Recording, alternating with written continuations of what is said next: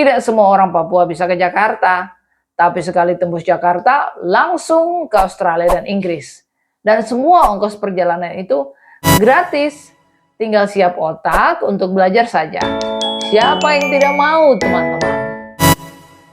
Seperti janji saya sebelumnya, hari ini Toh akan dengar cerita part kedua dari perjalanan penuh inspirasi teman kita, Abraham Nelson Andarek, anak seorang penjual pinang yang berhasil sekolah di Australia dan Inggris. This is not a rocket science, teman-teman. Nelson membuktikan bahwa dengan tekad yang kuat, setiap rintangan bisa terlampaui. Kalau teman-teman suka konten edukasi, informasi beasiswa, dan motivasi melalui cerita inspirasi dari Indonesia Timur, maka teman-teman cocok di komunitas Bagaimana Bisa channel ini. Teman-teman juga bisa kasih dukungan dengan beri komen, like, dan kalau suka bisa subscribe dan share video ini. Alright, mari kita mulai. Banyak orang bilang kalau berhasil dapat beasiswa artinya orang itu harus pintar luar biasa dari kecil. Atau mungkin ada orang dalam. Orang dalam. Tapi sebenarnya tidak semua penerima beasiswa itu harus punya otak cemerlang dari lahir. Karena jalan hidup masing-masing orang berbeda-beda. Sesuai dengan rencana sang pemilik kehidupan. Nice. Tapi kalau bahasa Inggris, apalagi kalau mau sekolah di luar negeri, kebanyakan itu wajib bisa. Wajib bisa. Karena bahasa Inggris adalah bahasa pergaulan komunitas global. Nice. Tapi untuk syarat dan ketentuan ada yang wajib, ada juga yang tidak. So nice. Tergantung masing-masing negara, universitas, atau lembaga donor pemberi beasiswa. Nelson menunjukkan bahwa semangat tinggi dapat mengatasi segala tantangan. Hari ini teman-teman lihat Nelson sementara sekolah di Inggris. Untuk dapat satu sertifikat IELTS dengan nilai standar 6,5 itu saja butuh perjuangan like forever. Dan itu juga bukan karena Nelson baru belajar bahasa Inggris kemarin sore, tapi fondasi itu sudah ada dari SMP. Nice. Nelson sudah suka bahasa Inggris dari SMP atas bimbingan Pak Guru Lambertus Maniani. Waktu itu baru belajar bahasa Inggris masih jauh dari sempurna. Hafal kosakata sudah menjadi starting point dalam belajar bahasa Inggris. Ada kejadian lucu saat belajar bahasa Inggris di sekolah waktu itu. Pak Lambertus tampar Nelson karena dia tidak tahu arti dari kalimat pendek ini. Are you ready? Dari situ Nelson bertekad untuk hafal sebanyak mungkin kosakata sehingga dia tidak akan ditampar lagi. Dan Nelson berhasil. Rupa-rupa cara Nelson belajar bahasa Inggris. Pernah ikut kelas bahasa Inggris waktu masih kerja di PT Freeport Indonesia dengan Mas Anto. Lalu belajar bersama komunitas bahasa Inggris English on Hour di Timika. Belajar bahasa Inggris di Sorong bersama dengan kakak Helen Sitania Pesi. Dan belajar sendiri juga. Sampai Nelson lulus beasiswa ELTA angkatan ke-10 tahun 2021. Dan itu adalah kali pertama Nelson belajar Intensive English Academic secara online sambil bekerja sebagai junior manager di salah satu hotel di kota Sorong. ELTA adalah beasiswa belajar bahasa Inggris gratis dari pemerintah Australia kepada mereka yang tinggal di wilayah sasaran yang mau kuliah S2 atau S3 dan melamar Australia World Scholarship, tapi bahasa Inggris mereka belum mencapai syarat minimum 5,0. Sebelum terbang ke Inggris, Nelson juga belajar intensif bahasa Inggris selama 6 bulan di UPI Bandung lewat program pengayaan bahasa Inggris beasiswa LPDP. Nelson menunjukkan bahwa kegigihan dapat membuka jalan melalui segala hambatan. Foto-foto di landmark Australia, Inggris, atau tourist attraction di dalam negeri memang indah, bikin cantik sosial media. Tapi di balik pameran sosial keberhasilan itu, ada banyak drama kehidupan yang harus dilewati Nelson.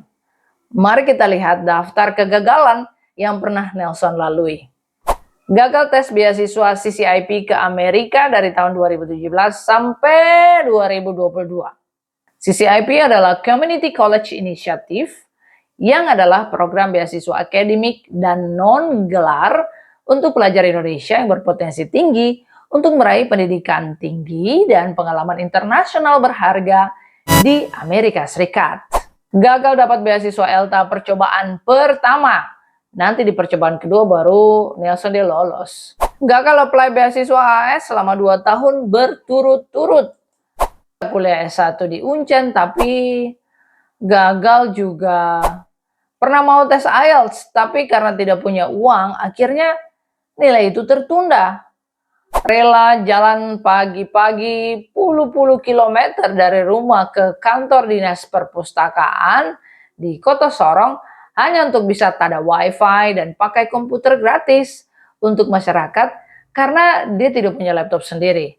Sampai makan nasi basi waktu kelas 5 SD karena tidak tahu masak dan ada masalah keluarga yang sangat rumit waktu itu. Ditambah lagi pinjam teman-teman punya uang puluhan juta rupiah untuk bisa bantu semua proses keberangkatan ke London. Karena sistem pembayaran yang ditetapkan LPDP waktu itu adalah reimburse atau bayar semua dulu dengan uang sendiri. Tiba di TKP, baru LPDP kirim uang yang lengkap. Tapi jangan khawatir, semua hutang teman-teman itu sudah lunas. Jadi kalau teman-teman lihat Nelson bisa pamer foto di bawah Big Ben London, itu adalah bukti perjuangan panjang 7 tahun baru bisa sampai di sana. Nelson membuktikan bahwa dengan ketekunan, segala rintangan bisa dikalahkan. Lelah gagal, Nelson kemudian dapat hiburan melalui program beasiswa studi singkat di Australia. Tidak semua orang Papua bisa ke Jakarta, tapi sekali tembus Jakarta, langsung ke Australia dan Inggris. Dan semua ongkos perjalanan itu gratis, tinggal siap otak untuk belajar saja. Siapa yang tidak mau, teman-teman? Gagal di beasiswa long term, Nelson coba di short course. Waktu itu belajar intensif sustainable tourism di Lombok, Makassar, dan Australia.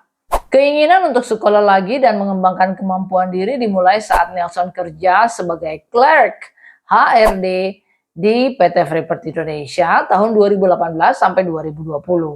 Melihat berbagai orang dengan lulusan yang bekerja di Tembagapura, PT Freeport Indonesia yang datang dari berbagai latar belakang pendidikan dan kualifikasi itu memacu semangat Nelson.